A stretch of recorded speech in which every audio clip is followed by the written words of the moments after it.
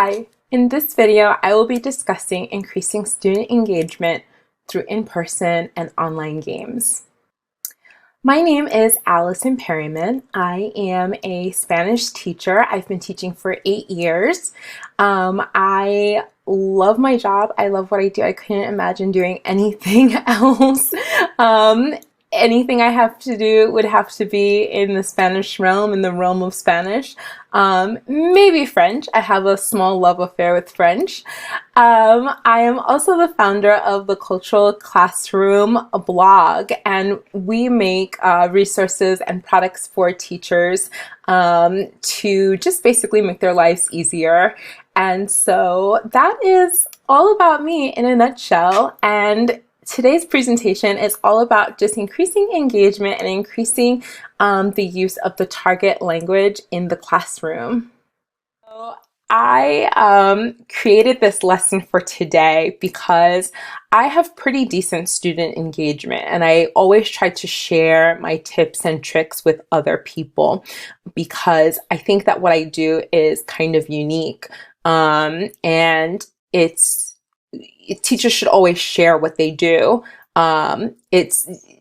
We're never remaking the wheel, right? We shouldn't have to remake the wheel. So in today's lesson, what we'll learn is how to increase L2 in the classroom, how to get to know your students in the target language, and how to build a stronger classroom environment and community.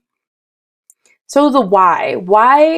Why did I do all of this? Why do I want to sit here and teach this lesson? Why did I come up with games to increase engagement? Why did I do any of this? And the reason why is because I heard this daunting statistic that students who take foreign language in the United States do not get a lot of practice speaking, that is one area of communication that we are very bad in exercising, and that a lot of students that walk out of taking 4 years of a target language, of a foreign language, cannot string together a sentence. And I felt like that's not going to be my students. I cannot have students who cannot string together a sentence in a target language. And so to me, I felt, what are the things that students like the most, right?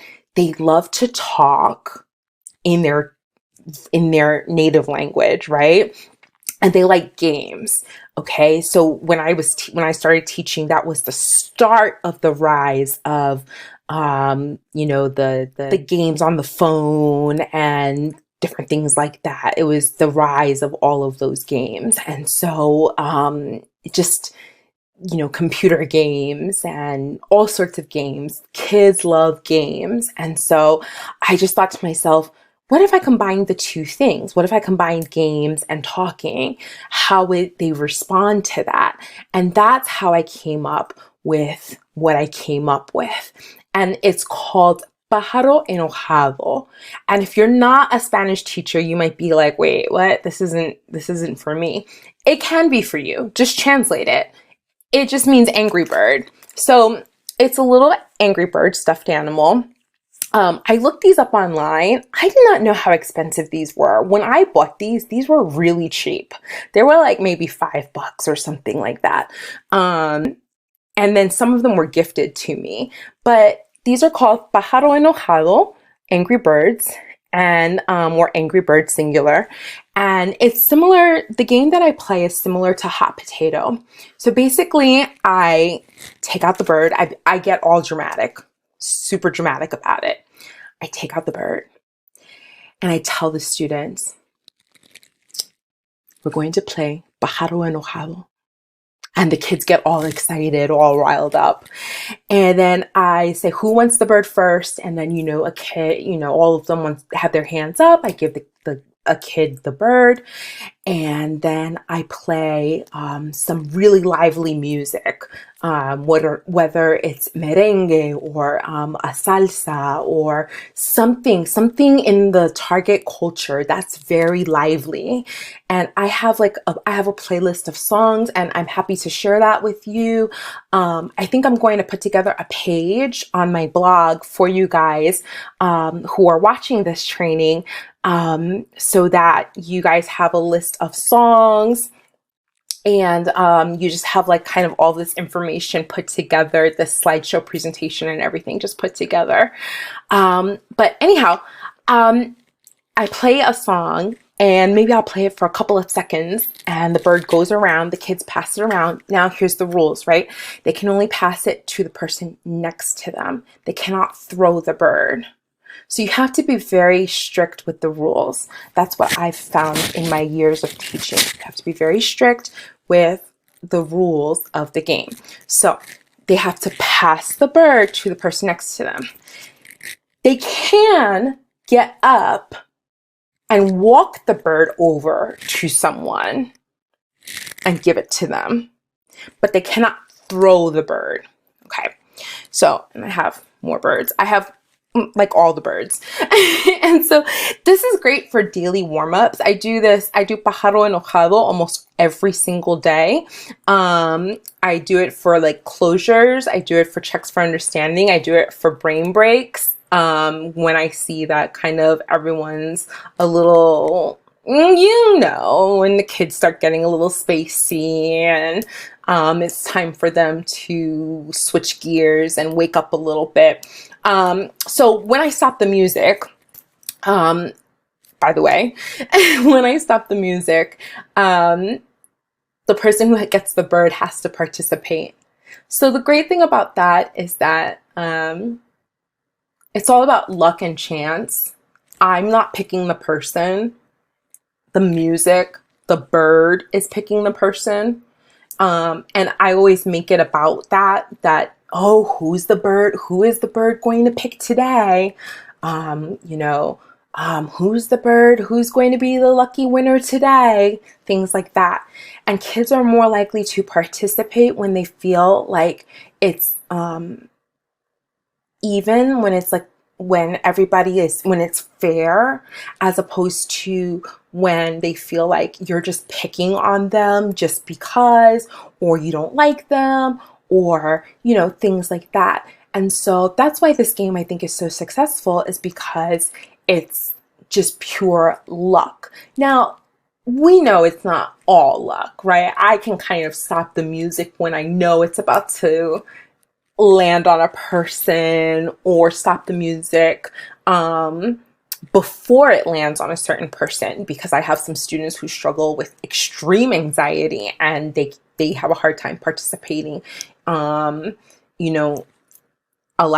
in class. And so, as you get practice playing this game, you learn some little ways to navigate playing with the students and practicing with the students.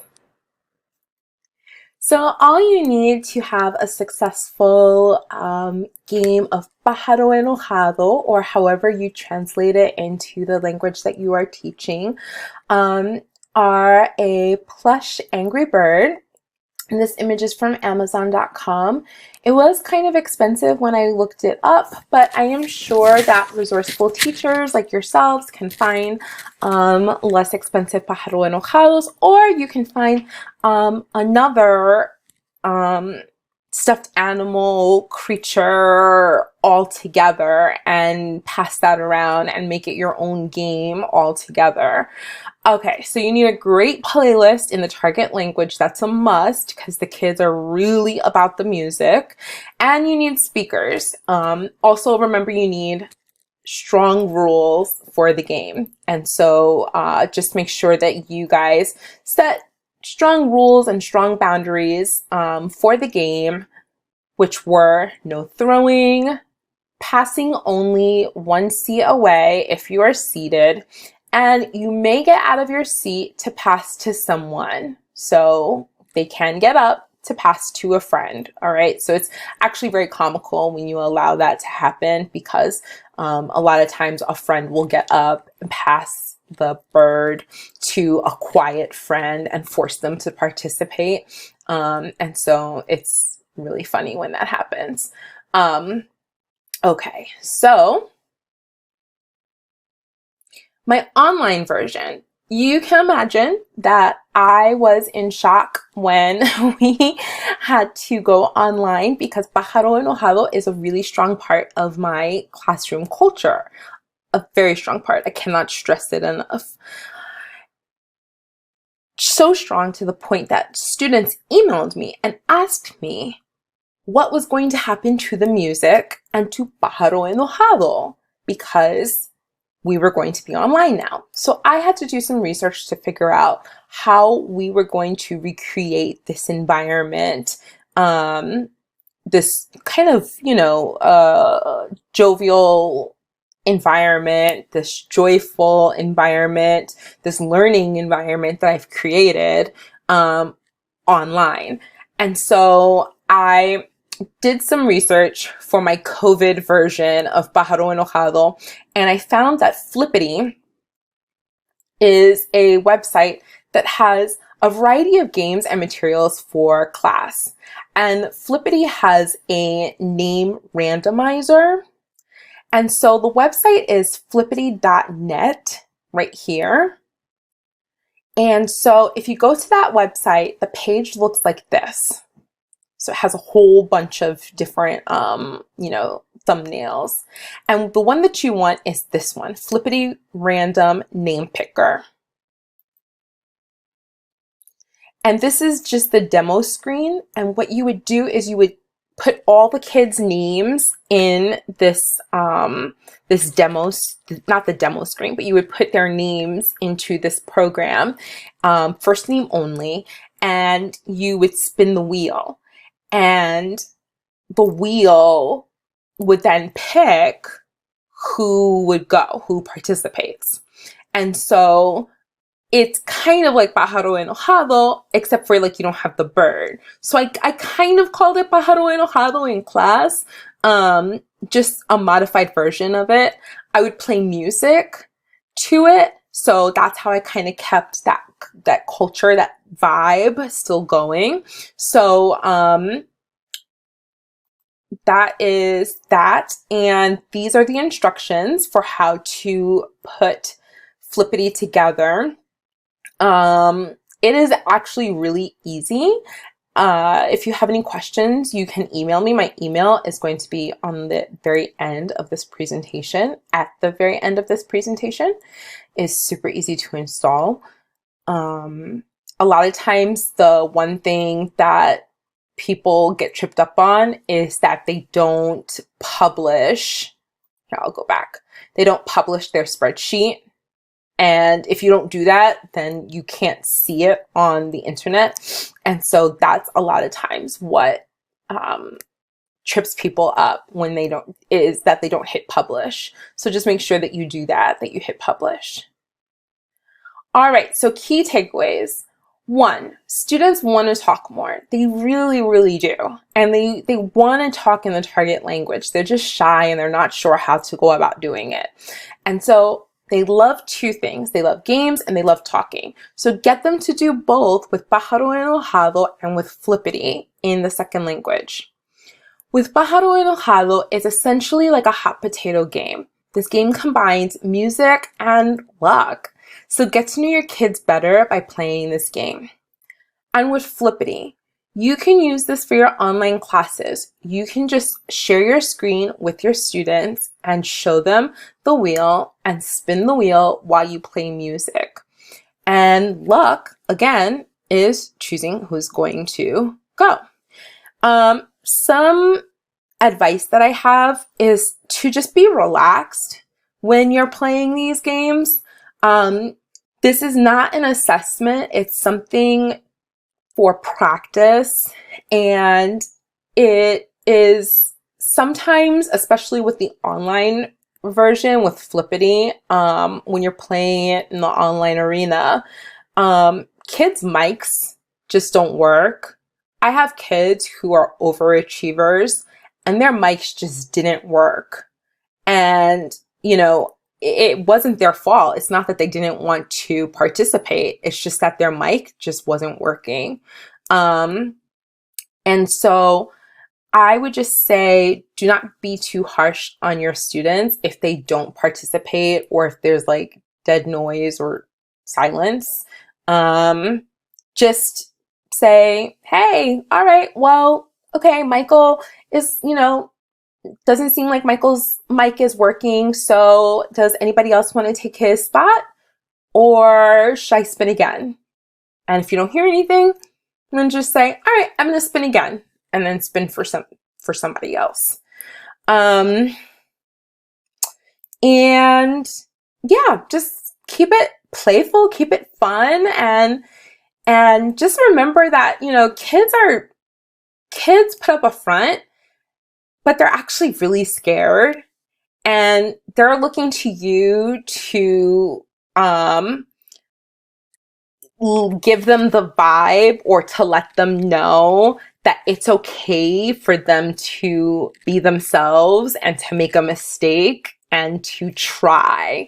And so if you give them the vibe, if you tell them it's okay for them to do that, then engagement will go through the roof. But if it's a stern environment and it's, mistakes are considered really bad, then of course students aren't going to really want to put their necks out there, because at this age they don't really want to stand out. They don't really want to stand out from the rest.